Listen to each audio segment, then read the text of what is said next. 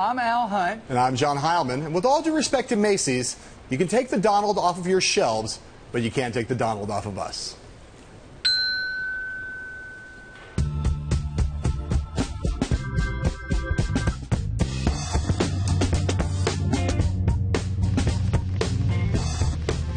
In our extreme sports adventures tonight, Cuba diving and Pope climbing. But first, the fishing expedition. How about them Clinton emails? 3,000 new messages are out, courtesy of the State Department. On display, HRC's contact with her BFF GK, a.k.a. Grassy Knoll, a.k.a. Sid Blumenthal. David Axelrod and Rahm Emanuel begging for her address, and her advice to John Podesta to wear warm socks to bed, which is to say, not a moss. Also today, not so coincidentally, the Clinton campaign made it known that it had raised a record-breaking $45 million during its first quarter. So, Al, when it comes to Hillary's chances of being our next president, which will end up being more significant, her email problems or her fundraising prowess? Good question, John. Look, the money is impressive, but before we talk about a lot of moolah, let's wait and see how John Ellis Bush comes in. I think this steady stream of emails is going to embarrass her kind of every time Sidney Blumenthal's out there. It causes problems for her. It's going to be draining. I don't think, however, that the Benghazi hearings are going to be a big deal. I think Trey Gowdy's on a search and destroy mission. It's not going to really work. In 1983, 241 Marines were blown out of their barracks, and they weren't holding congressional hearings 3 years later.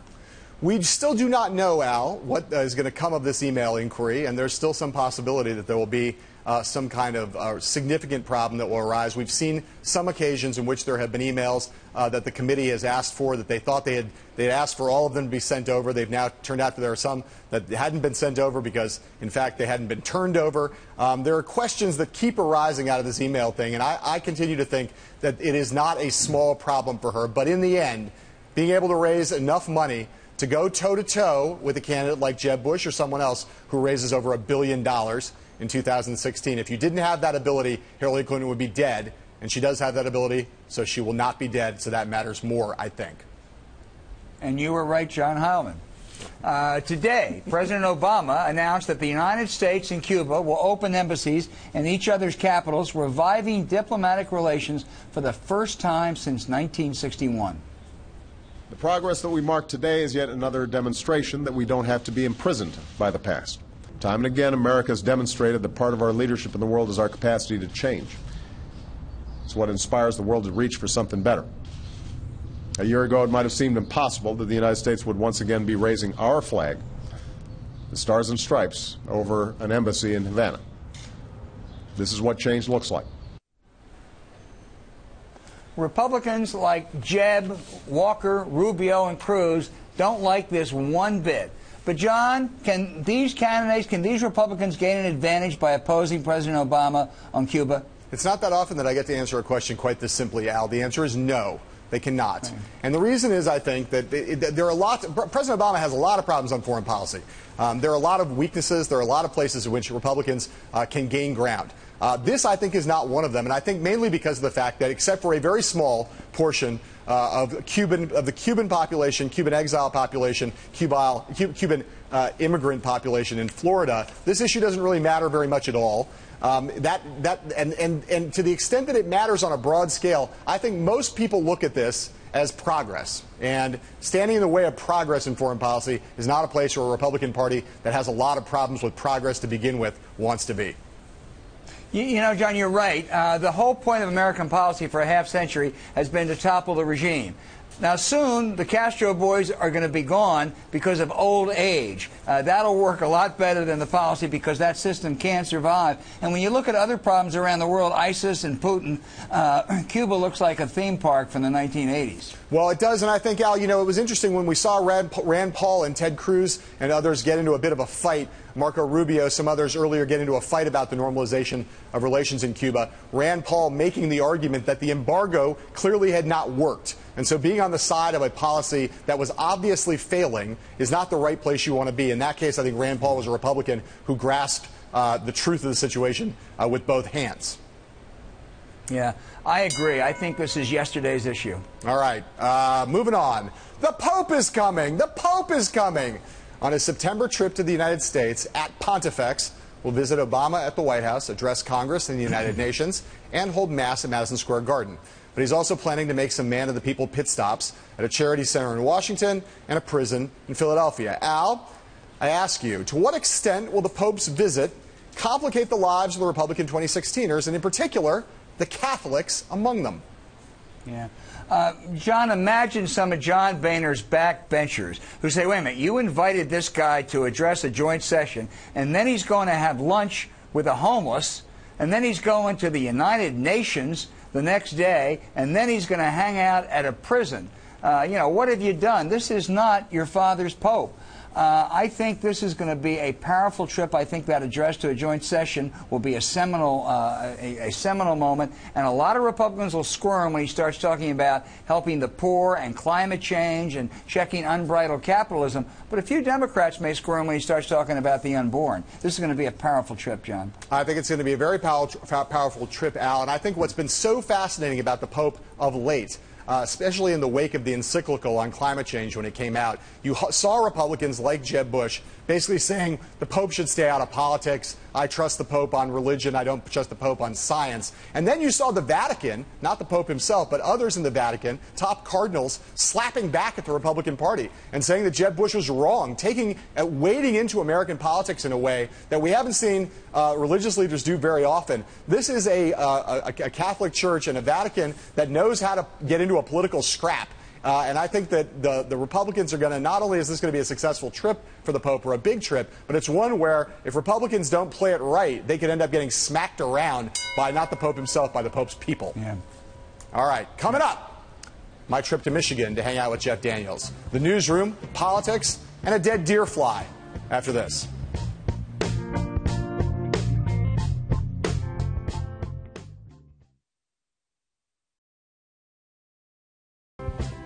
Jeff Daniels is a celebrated actor whose range extends from the witty, like Will McAvoy, to the half-witted, like the character in Dumb and Dumber.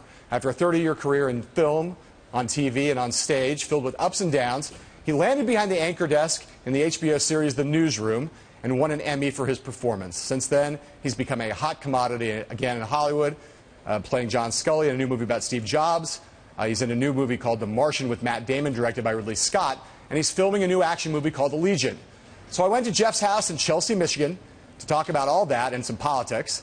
But we started by talking about why a Hollywood star has lived in the Wolverine state, the place of his birth, since 1986. At the end of about 10 years in New York City, I had about 3 or 4 movies. I had done Purple Rose of Cairo with Woody. Yeah. So the career was kind of doing this. We had a 2-year-old boy at the time, and we said, we don't know how to raise our kid in a 1-bedroom apartment, and we're going to have more, and why don't we just go back to Michigan? And I would just use the airport to go around, because the career was not going to last. Right. They never do. They never. I was a fatalist. I'm going, well, I got 3, 4, 5, 6 movies out of it. So, and then somebody calls one day and says, by the way, you're over. Yeah. And that's happened. I've asked my agent. I said, you know, casting a thing. I said, what about so-and-so? He goes, no, he's over. Right. And so I figured when it was over, I'd be home. Right. Despite what Thomas Wolfe warned us against. Yeah, that you can't. You can go home again. It's yes, just, as long as you go home young enough. It's just different. We could spend all day talking about every movie you've made over your life, but I'm just interested in this. Woody Allen, Jim Brooks, Jonathan Demme. You know, you're working with some pretty heady directors now. Ridley Scott. Just if you think back over the career about those guys, some of those people are like some of the greatest auteurs of our age, right? Like, what stands out in your mind as compare, contrast? Who's most memorable? Who's most brilliant?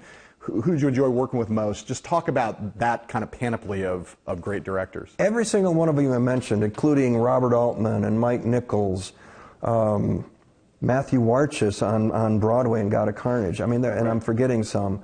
They all wanted to see what you thought it was. They didn't come in and hover. The mediocre ones come in and get their hands on you, and you haven't even done anything yet. So you're constantly walking onto the set, and they're going, go ahead. Altman said it was 90% casting. And there's a freedom in that. Clint's the same way. I mean, Clint I remember calling Clint Eastwood on Blood Work, and because there was a brown bomber jacket and a black bomber jacket, and plus I just wanted to call Clint. So I just said, yeah, I'd like to talk to Clint. So I called Clint. I go, Clint, I'm wondering if it should be the brown jacket or the black jacket. He goes, you're the actor. Maybe the brown one. Sounds like the brown one. All right, good. Good, terrific. They leave it up to you. Right. And there's a freedom in that, and there's a responsibility. You can't bitch about, well, I can't believe what they did with it. Oh, did you see? And that's not the performance I gave. Right. No, they're going, give us the performance you think it should be. Right. The good ones do that. They all did that. All of them did that. I remember doing Newsroom, and because I was now I'm in the land of television, and with a TV series you get a different director usually every episode. And some of them you know, and they're on the show, and some of them they're brought in from outside. And so I just kind of let it be known, 5 words or less. What? If you're going to direct me, it's 5 words or less. You're a writer, you're a good director, pick the right words, but don't come in if it's 6 or more. Stay in the chair. And that just forces them to come in and go, maybe with a little more anger. Okay, all right. Theater or movies? Preference? Or just different? Obviously different. But in your heart, are you drawn back to the stage? I go back to the stage, and I will probably pretty soon here, because it's the ultimate testing ground. I remember on Terms of Endearment, Jack, I was the last one on the set to meet Jack Nicholson. And Winger took me over, and I met him, and he goes, how you doing, kid? I said, I'm doing fine. He said, what have you done? I said, well, I've done some Broadway, off-Broadway. He goes, well, this ain't Broadway. This is the pro game. And, you walk away offended, and then you go, no, it was, because at 4:30 in the morning with the sun coming up and the close-ups on you, and it's the big speech, and you got 1 take, maybe 2, and how much money is rolling with the trucks and the camera and the personnel, you gotta hit it. Because the critics a year from now aren't going to care whether it was 4:30 in the morning. They don't care that you hit it or not. And it's the same thing with that Northwestern speech, that Sorkin wrote in Newsroom. There is absolutely no evidence to support the statement that we're the greatest country in the world. We're 7th in literacy, 27th in math, 22nd in science, 49th in life expectancy, 178th in infant mortality, 3rd in median household income, number 4 in labor force, and number 4 in exports. We lead the world in only 3 categories: number of incarcerated citizens per capita, number of adults who believe angels are real, and defense spending, where we spend more than the next 26 countries combined, 25 of whom are allies. Now, none of this is the fault of a 20-year-old college student, but you nonetheless are, without a doubt, a member of the worst generation ever. So when you ask what makes us the greatest country in the world, I don't know what the you're talking about. That was a huge day. Day 3 of an 18-day shoot. On the pilot, we don't have a series yet. We're just a pilot, maybe. And 3 actors came just to see the speech, weren't even in the scene. We had number 2, 3, and 4 from HBO there. Aaron's going like this. And do we have a Will McAvoy? Day 3. And the pro game, you got to hit it. It's 10 seconds left. Hit the ball. Here's the ball. Hit the shot. You got to hit the shot. Yeah. And that's what Jack meant. I know there were various consultants from our business on the show. Did you talk to former, current newsmen? News anchors? I met with none of you. None? None of you. Thanks very much. I wasn't told to go meet people. Right. And I had been on enough news shows promoting movies to kind of see, what happens with the earpiece and the whole deal, and you kind of go, okay, I know enough to fake it. And then, but then that's the fun of it. It isn't, acting for me anyway, isn't about, here's my 100 pages of research. Certainly in that case, it was, let's make up as much as we can. And you've got guys like Aaron and others doing all that research for you. It's already in the script. All you got to play is the guy with the ego and the insecurity and the authoritative and how Mac would steer him around and all. That's what you're playing. You're not playing what an anchorman does on a teleprompter. I mean, you learn how to do the mechanics of that. And it's harder than it looks, by the way, reading a teleprompter, as you well know. I remember, I'm Will McAvoy, Newsnight, and I'm reading the teleprompter. Good evening, I'm Will Maxwell. I'm sorry. Cut it! I'm sorry. What? It's my, and it's on I blew my name, and it's on the teleprompter. All right, we'll have more Jeff Daniels after this. And while you wait, enjoy this clip. Deer fly. Okay.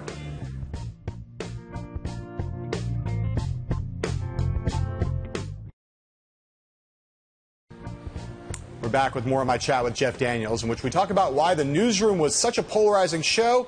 We also talk about presidential politics. What is it about the show, do you think, that made it so polarizing? And so, again, I don't want to use the word controversial because these aren't real controversies, but it elicited very extreme reactions from people in our business and people outside our business. Well, I found it interesting that some of the critics in their reaction to Newsroom, especially that first season, were so volatile, were so personal, particularly at Aaron. I mean, the show had politics, right? Yeah. And so that's part of why it's polarizing, because there are some number of people who don't share Sorkin's politics. That's fine. Did you basically identify with this character and with that worldview, or were you essentially just an actor inhabiting a role? I read that speech, particularly the Northwestern speech, and said, what's in it that's not true? Sharon said it, diversity and opportunity. And I mean, maybe there's some sarcasm, maybe there's a flowery way, we lead the world, and adults who believe in angels and things like that, and I can see how that would piss some people off, right. But we do. Yeah. So you're playing, it all looked true to me. But you can also see the other side of McAvoy, because, by about third or fourth episode of season 1, they said, oh, by the way, he's a Republican, which they knew, but I didn't. I said, oh, okay, all right. And then here comes some of that. He believes in a free market system and a strong military and a defense and all that. But, McAvoy's not into the social end of things. He's not into telling women what to do with their bodies and this and that and the other thing. And that's where I think Aaron was going. And Mark McKinnon was a consultant on the show. It was very helpful. And Mark was going, there are a lot of us moderate Republicans out there that are going, everybody wants to get the money right, and let's not spend what we don't have. However, stay out of that. And that's all changed. So, Aaron is, I don't know exactly his politics, but certainly it's at least left of center. And he made McAvoy a right of center, which is kind of where we all are in one shape. Right? But all we hear from are the people left of left and the people right of right. And so I think he was trying to make a representation for the moderates, certainly in McAvoy's case. Right. What do you think the country should be looking for in its next president? What are you looking for in your next president? I'm looking for someone who's going to take care of the middle class. I really am. And right now the Democrats are making that noise. Hillary's certainly making that noise. I don't know enough about any of these people. But it's not just Republicans, and it's the lobbyists, it's the special interests. You feel like they're governing or they're getting elected to serve them. And that's on both sides of the aisle. And I would give anything to have lobbyists and special interests out of Washington. England has a political system where it's 6 weeks long or something. Right. I've said, let's put whoever it ends up being on the left and the right, put them on 2 tree stumps in Union Square in New York City, and let's film it. And let them do it, just like Lincoln and Douglas did. Let them go at each other. But there's way too much money, the almighty dollar, there's way too much money in a 2-year presidential campaign. The fact that these people are going to raise $1 billion to run for president, people don't give you money and not want something in return. And if you're just out here sitting in Michigan going, I wonder if I'm truly represented. I didn't give so-and-so $100,000. PAC, I'm not on a list. I don't get to sleep in the Lincoln bedroom. I wonder if I'm being represented. Probably not. That's what pisses off a lot of us. And that's what was behind that speech, and that was what behind the character and what Aaron was writing about. So you were presumably an Obama supporter. Oh, God, yeah. Yeah. And what was it you saw in him that made I still you, love him. Right, you still love him. Absolutely. Look, what you say on the campaign trail and you're going to change, and the fact that I was alive when this country made history by making him president, I love it. Absolutely love it. I want smart in the White House. I want smart sitting across from Putin. I want smart dealing with the Middle East. I don't want dumb. And Congress needs to take a huge accountability for the whatever has not gone right in the last 8 years. They've done nothing but say no. Right. And so he's had to deal with that. And maybe he's had to meet in the middle, like every president's had to meet in the middle. Reagan and Tip O'Neill, they had to meet in the middle. And, you know, I don't know enough about the politics to know where he's failed miserably and didn't do this and that, but no, I'm glad he was president, and I'm glad I was alive to see it. And do you think the same way when you consider the prospect of Hillary Clinton? Also a potentially historic candidate? I love the history. I love the historical nature of it, yeah. I love that it's, you want change? Let's put a woman in there. And by the way, you know, I know she's tied in politically and they are the Clintons and all that. I don't know anything about that. All I know is that she's smart. She's smart as hell. You don't put yourself among Democrats who kind of look at the Clinton thing and kind of say, well, you know, you're enthused about it. You're not sort of like, you're not going to be one of those Democrats just kind of like, well, you know, I guess she's the best we can do. I think it's the best this system is allowing us to do, because we branded a Clinton and we branded a Jeb Bush. If it's not Jeb and Hillary come election time, I'd be very surprised, just because that's what the brands are. And maybe it won't be Jeb. I don't know. It doesn't seem like Hillary's got anybody that's going to challenge her. Right. I wish it were someone brand new. But when you get an Obama 8 years ago, and he's sitting down with Putin for the first time, or, you know, you've got inexperience there, and you've got to catch up. She's got all that. Yep. She's got all that world experience. I love that she was Secretary of State and has met all these people and is a world figure instead of a fresh face from the Democratic or Republican Party that now has to go introduce himself to leaders around the world. I don't mind the experience and that she's smart. That I like that combination. It'd be nice if it was somebody new and fresh, but that also means inexperienced. Look alive, Deadheads. We'll be right back with something just for you.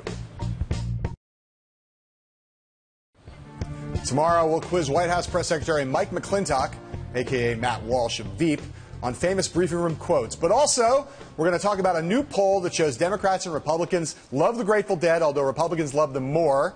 Al, what's your favorite Dead song? John, you ask such tough ones. Dark Star. I always knew you were a Deadhead, Al. Until tomorrow, sayonara.